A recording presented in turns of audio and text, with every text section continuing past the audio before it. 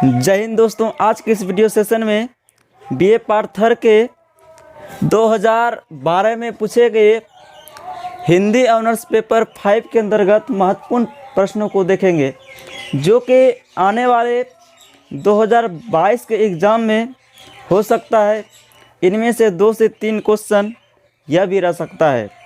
तो आप वीडियो में शुरू से अंत तक बने रहिएगा, तभी आपको समझ में आएगा। चलिए प्रथम क्वेश्चन से स्टार्ट करते हैं।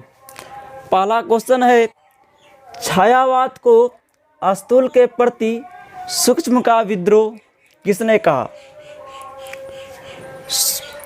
छायावाद को स्थूल के प्रति सूक्ष्म का विद्रोह कहा था, किसने कहा था, यही आपको बताना है। तो इसका आंसर याद रखिएगा, डॉक्टर नगेंद्र। क्या नाम था? डॉक्टर नगेंद्र।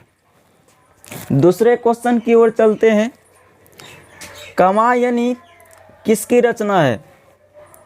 जयशंकर प्रसाद की रचना है, इसको ध्यान में रखिएगा। कामायनी किसकी रचना है? जयशंकर प्रसाद की। तीसरे क्वेश्चन की ओर चलिए।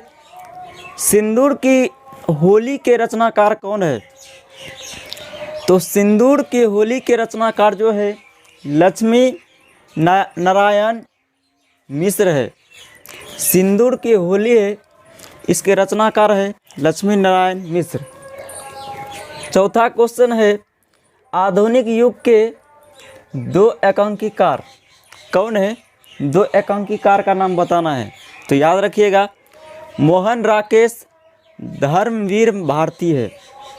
2 एकांकीकार कौन है? आधुनिक युग के 2 एकांकीकार मोहन राकेश धर्मवीर भारती जी है। पांचवा क्वेश्चन देखिए, शुक्ल जी के भाव प्रधान 2 निबंध का नाम बताना है। शुक्ल जी के भाव प्रधान 2 निबंध है, उसका नाम बताना है। तो याद रखिएगा, 2 भाव प्रधान निबंध जो है उत्साह है। पहला है उत्साह, दूसरा है कविता क्या है। पहला क्या है? उत्साह, और दूसरा क्या है? कविता क्या है। 2 याद रखिएगा, कम चल जाएगा। छठा क्वेश्चन देखिए। छठा क्वेश्चन है,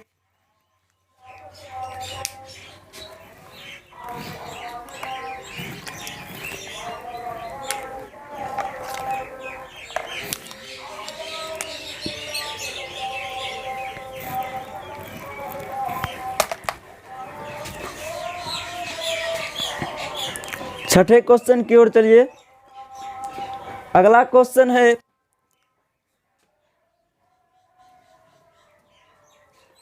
छठा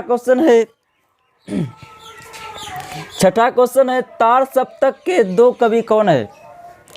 तो याद रखिएगा, केदारनाथ सिंह और सर्वेश्वर दयाल सक्सेना। तार सप्तक के 2 कवि कौन है? केदारनाथ सिंह और सर्वेश्वर दयाल सक्सेना जी है। ठीक, अगले क्वेश्चन की ओर चलिए। 7वां क्वेश्चन, रेहन पर एगू के रचनाकार का नाम बताना है। रेहन पर एगू, इसके लेखक रचनाकार कौन है? तो यशपाल जी है, इसको याद रखिएगा, यशपाल। 8वां क्वेश्चन, एक मनोवैज्ञानिक उपन्यास कौन है? एक मनोवैज्ञानिक उपन्यास का नाम बताना है आपको। तो याद रखिएगा, एक मनोवैज्ञानिक उपन्यास है दिव्या। नाम है उपन्यास का, जिसका नाम है दिव्या। चलिए 9वां क्वेश्चन की ओर। एक मार्क्सवादी आलोचक का नाम बताना है। एक मार्क्सवादी आलोचक का नाम क्या है? तो याद रखिएगा, नामकर सिंह है। कौन है? नामकर सिंह। तो एक खंड ए का प्रश्न था, अब खंड बी का देखते हैं। मध्यकालीन भारतीय आर्य भाषा की 2 भाषाएं बताना है। तो मध्यकालीन भारतीय आर्य भाषा की 2 भाषाएं जो है पाली और प्राकृति है। कौन है? पाली और प्राकृति। 11वां क्वेश्चन है, अब हट के एक कवि का नाम बताना है। अब हट के एक कवि है विद्यापति जी। कौन है? विद्यापति। 12वां क्वेश्चन है, राउल बेली के रचनाकार कौन है? तो याद रखिएगा, राउल बेली के रचनाकार हजारी प्रसाद द्विवेदी जी है। कौन है? हजारी प्रसाद द्विवेदी। अगले क्वेश्चन की ओर चलते हैं। अगला क्वेश्चन है, पुरानी हिंदी की एक व्याकरणिक विशेषता बताना है। पुरानी हिंदी की एक व्याकरणिक विशेषता, महत्वपूर्ण विशेषता है संस्कृत धातु की प्रधानता। संस्कृत धातु की प्रधानता। 14वां क्वेश्चन, वैदिक और संस्कृत वाङ्मय किस लिपि में उपलब्ध है? तो याद रखिएगा, वैदिक और संस्कृत वाङ्मय जो है देवनागरी लिपि में उपलब्ध है। किस लिपि में है? देवनागरी लिपि। इसको याद रखिएगा। 15वां क्वेश्चन देखिए। 15वां क्वेश्चन है, दो बिहारी बोलियों का नाम बताना है। जो बिहार में प्रधान है, जो बोली जाती है, दो भाषा का नाम बताना है, बिहारी बोलियों। तो याद रखिएगा, मैथिली और भोजपुरी सबसे ज़्यादा बोली जाती है बिहार में। तो जो कि प्रधान भी है बोलियों में, तो दो बिहारी बोलियों हैं, मैथिली और भोजपुरी।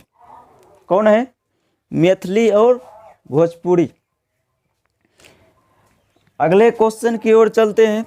अगला क्वेश्चन है, तो वर्ग ध्वनियों की उच्चारण स्थान क्या है?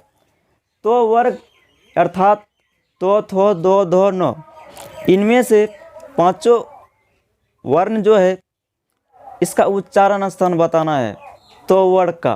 तो याद रखिएगा, तो वर्ग का उच्चारण स्थान जो है दंत से बोले जाते हैं, अर्थात दांत से बोले जाते हैं। 17वां क्वेश्चन देखिए, भाषा विज्ञान की भूमिका के लेखक बताना है। तो भाषा विज्ञान की दो भूमिका है डॉक्टर भोला तिवारी। कौन है? डॉक्टर भोला तिवारी। अगले क्वेश्चन की ओर चलिए, दो देशज शब्द का नाम बताना है। देशज शब्द वे शब्द है जो कि अपने देश में बोले जाते हैं। तो याद रखिएगा, दो देशज शब्द है खटिया और सिंदूर। कौन है?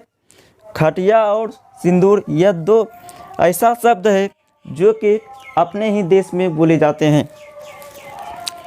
अगले क्वेश्चन की ओर चलिए, पाणिनि की एक रचना का नाम बताना है। पाणिनि जी ने, आपको पता है पाणिनि जी कौन है?